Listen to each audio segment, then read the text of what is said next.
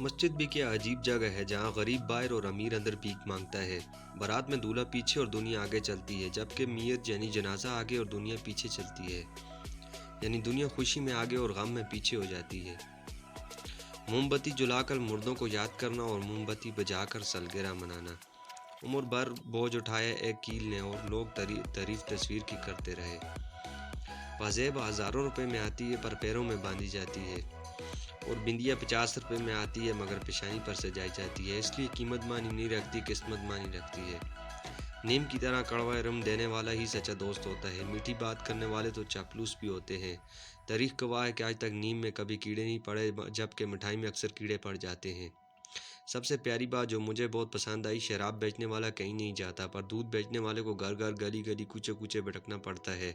دودھ والے سے بار بار پوچھا جاتا ہے کہ دودھ میں پانی تو نہیں ڈالا، جبکہ شراب میں خود لوگ اپنے ہاتھوں سے پانی ملا ملا